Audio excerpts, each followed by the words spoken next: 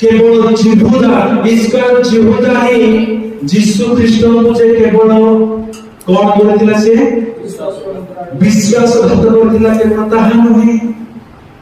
बाकी 11 शिष्य मध्ये यीशु को सहित से व्यवहार करथिले एमाने भी कोन विश्वासघातकता करे नथिले एमाने परा सेही माथ्यू 26 अध्याय 35 पदे कहिथिले तुम संगे आमे मध्ये मरिबा ପାଇଁ प्रस्तुत अछु एमाने मने यीशु को सहित केवल जिहुदा यीशु को केवल विश्वासघातकता कला ताहा नहे बाकी rest of the 11 disciple also betrayed Jesus Christ बाकी 11 जन शिष्य मध्ये यीशु को विश्वासघातकता करिथिले यीशु को जो प्रतिज्ञा देथिले यीशु को जो कथा देथिले से कथा को से माने रखि पाले नाही